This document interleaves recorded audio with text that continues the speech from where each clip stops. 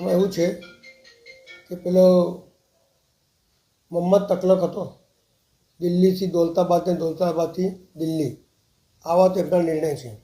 Sir Sayajirao ગાયકવાડની આપેલી આ તળાવ બધા આ વડોદરા શહેરમાં તળાવ જેને ઊભા કર્યા સર સયાજીરાવ ગાયકવાડે તમને ₹1 ટોકનથી ને મફતમાં આલેલા છે. કોના માટે? તો શહેરના નગરજનો માટે. તમે શું કરી રહ્યા છો? એના ઉપર ધંધો કરી રહ્યા છો. નગરજનોને હરવા ફરવાની જગ્યા ઉપર તમે કહે છો કે ભાઈ અમે ટેક્સ લઈશું અથવા ટિકિટ લઈશું. તમને કોણે અધિકાર આપી દો ટિકિટ લેવાનો? પહેલી વાત તો એ એક છે. બીજી વાત, આ જેટલા પણ સ્માર્ટ સિટીની અંતર્ગત આ બધા બ્યુટિફિકેશન કર્યા તળાવનો, આ બધાની અંદર મોટો ભ્રષ્ટાચાર છે. પહેલો જ લઈ લઈએ સુસાગર, ₹24 કરોડ ખર્ચો થયો. ત્યારે અત્યારે તો સોનાનો ભાવ બહુ છે, ત્યારે તો એટલો ભાવ નહોતો. આખા સુસાગરમાં પાલિશ થઈ જાય એટલો રૂપિયા ખર્ચો કર્યો છે. શું દેખાય છે તમને? જરા બતાવો મને.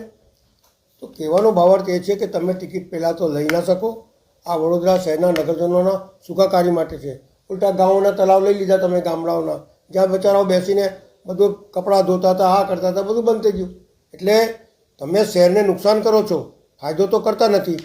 ટિકિટ હમણાં કહો છો ટિકિટ લઈશું, પણ જ્યારે બજેટ પાસ થશે ત્યારે કાઢી નાખશો તમને.